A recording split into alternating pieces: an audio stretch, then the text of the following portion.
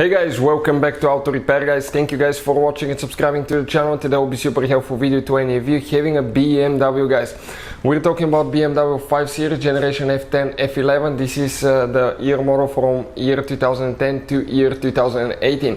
If you have problems where ignition switch, the push start button does not work, stay with us. We'll explain what it could cause that. And in some cases it may not be a bad switch, it may be something else. All that will be covered in this video today. Also we will talk about common mistakes people make that will damage that ignition switch and you may end up being stuck on the road. So all that will be covered in this video today. Before we start, let me just tell you quick a little bit about us. Every single car we get here at the garage guys, we make at least 200 to 300 free repair videos. We constantly take them apart, we show you how to fix pretty much anything. Why we do that? Because our mission at the shop is to save you as much money as we can. All we need guys in return, please subscribe to the channel, like the video, that way we can keep making these absolutely free videos. And if you need to buy any parts tools for your BMW or any car, check out the link in the description of the video below. That's where we get all our tool supplies from, and you can guys save a ton of money. So let's start on it now. Specifically, we'll demonstrate on a 2013 BMW 520i that we have right here at the shop. This is the BMW guys that we'll be covering today. You will see quite a few videos. We'll be taking completely apart, we took the engine apart, we'll be working on transmission soon. Now we're working on interior and other problems as well. So you will have probably at least 500 videos, okay, on that car. So let me show you now here guys. Okay, that's your ignition switch. You can see that's the ignition switch right here.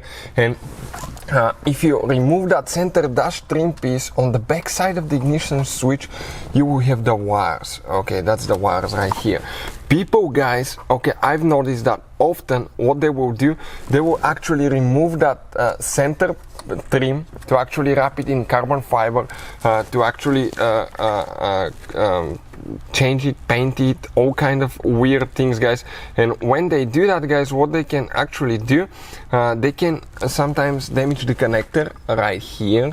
They can break it and it may start getting loose, or they didn't push the wires all the way in. It's pretty tight, so you gotta make sure that it's in. So make sure that the wires are not loose on the back, because sometimes they can remove the trim and not install the wires correctly. Number two, make sure the wires are not wet or anything like that, because ours, it has a lot of coffee everywhere guys. That coffee, it's here on the trim as well. I'm trying to focus. What happened, we had to replace the switch because coffee was spilled on it, and as a result it started acting up, and as a result we had to fix that thing guys. Now common mistakes people make to destroy them before we start why it doesn't work: spilling drinks on it, it's very common. Another thing, it could be when you detail, when you clean your car, you can get a wet wash quad, sometimes they do, and they can get it wet, that can destroy it. It could be guys, okay, when you use that dash spray, sometimes people get them too wet, that can start destroying them, or they can start sticking as well. But what else can cause the ignition switch not to work? We talk about wires. It could be a bad switch that's destroyed, but it could be something else. You may have guys bad, actually you may have bad fuses or relays for ignition switch. We'll have the complete videos about where the ignition switch fuses are located on our YouTube channel, Electrical Car Repair Live. Check it out, it will teach you all about that. All the fuses and relays will be shared there guys.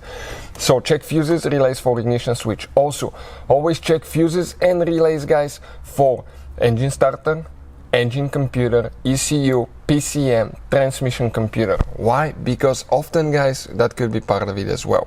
So always check these fuses and these relays too.